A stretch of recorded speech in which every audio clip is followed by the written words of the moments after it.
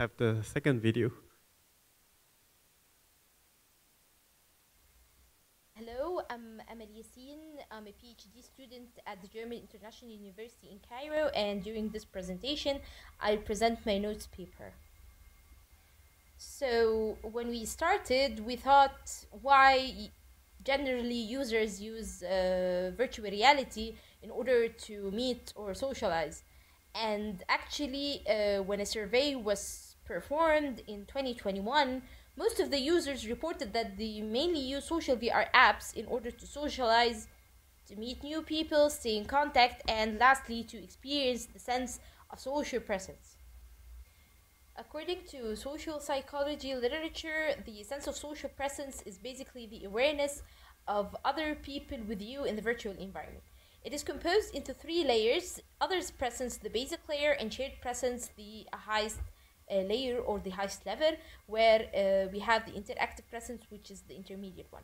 Now, in order to activate higher layers of social presence, lower layers needs to be achieved first and in the order that is presented here. Surprisingly, there is a research gap in establishing the first and basic layer of social presence, which is others presence. Now, others presence is basically the awareness of having other people in the virtual environment. For example, being aware that while sitting in a restaurant, you have people in the next table sitting with you. Now, the problem basically lies within the limited field of view of the VR headset itself.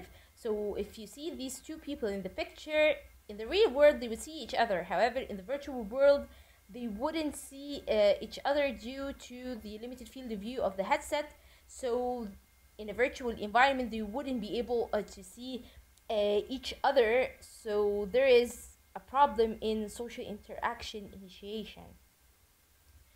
We solved this problem by designing proximal nonverbal cues as a social signaling technique that would notify users whenever another user approaches them or is within social distance from them. It composes of three aspects. The arrow denotes the location whenever the other user is not within field of view. We have the sound, which basically plays whenever the user turns to face the other, and lastly we have the text which appears to denote the name and interest of the other user when they are within field of view. Now, in order to assess the effect of our solution, we have conducted an experiment using a 2x2 mixed design where we considered the effect of a relation between two pairs having conversation in VR and the effect of the proximal nonverbal cues. And we have made the users, after each VR conversation round, we have made them answer questionnaires, and at the end of the session we had semi-structured interviews to get their feedback.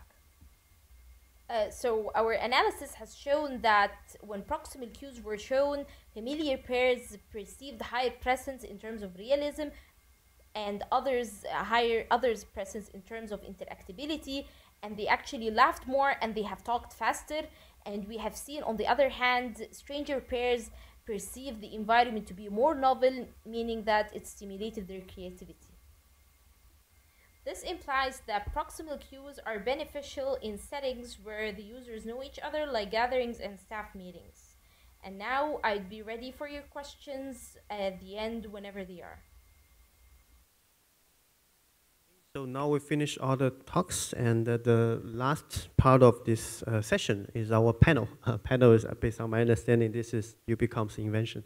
So let's first of all welcome all the presenters onto the stage.